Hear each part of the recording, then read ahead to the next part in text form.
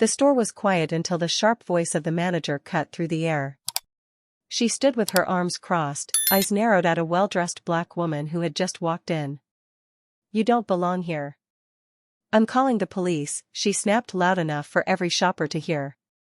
Heads turned. A mother stopped in the middle of the aisle, pulling her child closer. Two teenagers who had been laughing near the shoe display fell silent, their smiles fading into wide-eyed stares. The entire store seemed to freeze as the tension spread, heavy and uncomfortable. But while everyone waited for an argument to break out, the woman being targeted didn't shout, didn't panic, didn't even flinch. She simply stood tall, her calmness almost strange compared to the storm in front of her. And that calm was exactly what made the moment so chilling, because what the manager didn't know was that her decision to call the cops would come back to destroy her own career in less than 5 minutes. Before I tell you who this woman really is, let me ask you something. Have you ever seen someone get treated unfairly just because of the way they look? It's one of the hardest things to watch, and inside that store, every customer felt that same uncomfortable silence. But what none of them knew was that this woman was not only innocent, she carried a secret that would flip the entire situation upside down. The store manager thought she was in control, but in just a few minutes, she would regret every single word she had shouted. And trust me, by the end of this story, you'll understand why this calm woman didn't need to raise her voice. Her truth was louder than anything the manager could say. Her name was Dr. Naomi Carter, a 41-year-old surgeon who had spent her life helping people. To the strangers in that store, she just looked like another customer in a sharp blazer and polished shoes, but behind that calm face was a woman who had fought her way through years of struggle.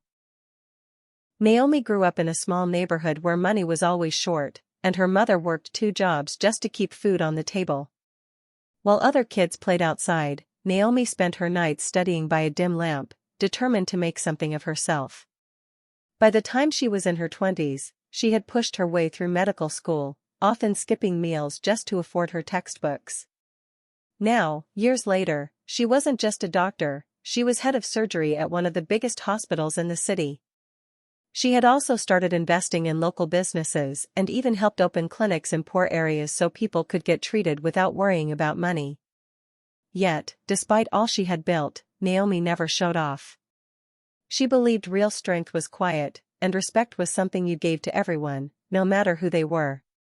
That was the woman standing in that store, calm, dignified, and far more powerful than anyone around her realized. The manager's name was Karen Whitfield, a 45-year-old woman who had been running that store for almost a decade. On the outside, she looked like someone in control, always straightening displays and snapping orders at her staff. But inside, Karen carried a heavy mix of bitterness and insecurity.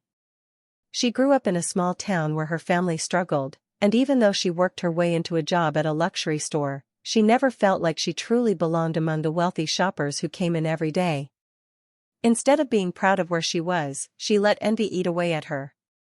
She compared herself to the rich women who bought dresses without even checking the price tags, and each time, it made her feel smaller. To cover that feeling, Karen found comfort in putting others down, especially customers who didn't look like they fit in. She told herself it was about protecting the store, but really, it was about protecting her fragile pride. Whenever she felt threatened, her hand would go to the silver necklace around her neck, twisting it nervously while her sharp words did the rest. She wanted to feel powerful, but the truth was, her power came only from making others feel weak. The store sat in the middle of Lakeside Mall, a bright, polished place with glass walls, marble floors, and price tags that could make most people's stomachs drop. Dresses lined the racks like artwork, and shelves were stacked with purses and jewelry that only a few could afford. Behind the shine, though, there was tension. Karen stood as the face of the store, barking orders with a sharp tongue that kept her staff on edge. Lila, a young sales associate fresh out of college, tried to keep her head down, folding clothes neatly and smiling at customers, though deep down she hated the way Karen treated people. Near the entrance, Jason, the mall security guard, leaned quietly against the wall. He was an ex-military man, steady and observant, who had seen enough in life to tell the difference between real trouble and a made-up excuse. All of them, Karen, Lila, Jason, were about to be pulled into a scene that none of them would ever forget. And in the middle of that stage stood Naomi, calm and unaware of how far Karen was willing to go to prove her false sense of power. Naomi walked slowly through the aisles, her fingers brushing lightly over the fabric of a silk dress. She wasn't in a rush, she was taking her time, moving with the ease of someone who knew quality when she saw it. But Karen didn't see elegance, she saw a target. From the moment Naomi stepped in, Karen's eyes followed her every move, her mouth tightening with suspicion. She leaned toward Jason at the entrance and muttered under her breath, "Watch her. I don't trust her kind." Jason frowned, shifting uncomfortably, but Karen's sharp stare left him with little choice. He nodded, though he didn't like what he was being asked to do. Across the room, Lila noticed too. She saw how Karen's tone changed the moment Naomi entered, and it made her stomach twist. To the other customers, Naomi looked no different than anyone else, but to Karen, she was already guilty of something she hadn't done. The room grew quieter as Naomi continued browsing, unaware of the storm brewing behind her back. Naomi carefully chose a few items from the racks, a sleek navy dress, a pair of heels, and a scarf that tied it all together. She carried them to the counter with quiet confidence, ready to pay without hesitation. But instead of being treated like a valued customer, she was met with Karen's smirk. "Do you even know how much these cost?" Karen asked loudly, tilting her head so other shoppers could hear. Naomi glanced at the total, over $4,000, and calmly handed over her platinum card. Instead of simply processing it, Karen held it up between her fingers like a piece of evidence. "This looks stolen," she said, her voice sharp. "Where did you even get a card like this?" A hush fell over the store. Naomi didn't argue. She stood straight, eyes steady, while Karen picked up the phone. "I'm calling the cops," she declared, her voice rising. "We're not letting someone like you make a scene in my store." Gasps rippled through the customers nearby. Lila froze behind the counter, horrified, and Jason shifted his weight uneasily by the door. Naomi remained calm, but inside that store, the air was thick with the weight of humiliation. Karen pressed the phone hard against her ear, pacing behind the counter as if she were the hero of some crime drama. "Yes, I need the police right away," she said loudly, her eyes locked on Naomi. "We have a shoplifter here. She's refusing to cooperate and she's getting aggressive." The words rolled off her tongue smoothly, but everyone watching knew they were lies. Naomi hadn't raised her voice, hadn't touched a single thing that wasn't hers.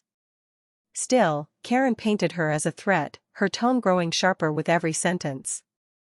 A couple of customers exchanged uneasy looks, one of them pulling out their phone to record. Jason's jaw tightened, he had seen real trouble before, and this wasn't it. Yet, he stayed in place, torn between his orders and his conscience. Naomi didn't move. She didn't argue. She stood quietly with her card still in hand, her calm presence in stark contrast to Karen's loud accusations. The store was silent except for Karen's voice feeding false words into the phone, and in that silence, it became clear to everyone watching, this wasn't about theft, it was about prejudice. While Karen kept pacing and talking into the phone, Naomi slowly reached into her bag. The crowd tensed, unsure of what she was about to do, but instead of reacting in anger, she pulled out her own phone and pressed a number with steady hands. Her voice was calm, almost gentle, but every word carried weight. "This is Naomi Carter," she said. "I'm at the Lakeside Mall store. We have a serious problem." A few customers nearby exchanged confused glances. Words like legal team and corporate office slipped from her lips, clear enough for people around her to hear. Jason, who had been watching closely, felt his stomach drop. This woman wasn't just another customer. There was something about the way she spoke, so sure of herself, that made it clear she was used to handling crises far bigger than this. Across the counter, Karen didn't notice any of it. She was too busy spinning her story to the police, confident she was about to win. But the way Naomi stood there, still, steady, untouched by the chaos, told a different story. A storm was coming, and Naomi wasn't the one who needed to be afraid. It didn't take long before two officers walked quickly into the store, their radios buzzing as they scanned the scene. Karen rushed to them like she had just been saved, pointing at Naomi with wide eyes. "That's her," she shouted. "She tried to steal and then refused to hand over her bag." The officers turned toward Naomi, who stood exactly where she had been all along, her hands relaxed at her sides, her expression calm. "Ma'am, is this true?" one of them asked carefully. Naomi met his eyes and spoke in the same steady tone she had used on the phone. "Check your cameras," she said simply. The crowd that had gathered nodded, some even speaking up. "She didn't take anything," one woman said firmly. Jason stepped forward too, his voice low but certain. "Something isn't right here. She hasn't done what the manager is saying." The room hung heavy with tension. On one side stood Karen, her voice shaking with false outrage. On the other stood Naomi, calm as stone, holding nothing but the truth. And the officers, caught between two very different stories, knew they had to find out which one was real. As the officers stood between them, Naomi slowly slipped her phone back into her bag and looked directly at Karen. Her voice was calm, but each word landed like a stone in water. "I think it's time you know who I am," she said. The room went silent. Even the officers paused, watching closely. Naomi straightened her shoulders and spoke clearly. "I'm Dr. Naomi Carter. I'm not just a surgeon. I'm also part of the group that owns this mall." The words hit like a shockwave. Gasps rose from the crowd, and Lila's eyes widened as she nearly dropped the stack of clothes in her hands. Jason pulled out his phone, quickly searching her name, and within seconds, the truth flashed on his screen: news articles with Naomi's face, headlines about her recent investment in the shopping center. He showed it to the nearest officer, who nodded slowly, understanding now that this was no ordinary customer. Karen, however, stood frozen, her mouth opening but no words coming out. The woman she had just accused, the woman she tried to humiliate, was in fact her ultimate boss. In that moment, the ground beneath Karen's confidence crumbled. The color drained from Karen's face as Naomi stepped closer, her voice steady but sharp enough to cut through the room. "You lied to the police. You tried to humiliate me. And you judged me the second I walked in here. That ends today." The officers stayed quiet, watching as the truth settled over the crowd. Karen stammered, reaching for excuses. I thought, I was just protecting the store." But no one believed her. Customers shook their heads, and a few even spoke up, reminding the officers how Karen had twisted the story from the start. Jason stepped forward, his voice firm. "I saw it too. She did nothing wrong. This was all about the manager's prejudice." Lila, finally finding her courage, nodded quickly. Karen was targeting her from the moment she came in. Naomi turned to the staff, her eyes softening when they landed on Lila.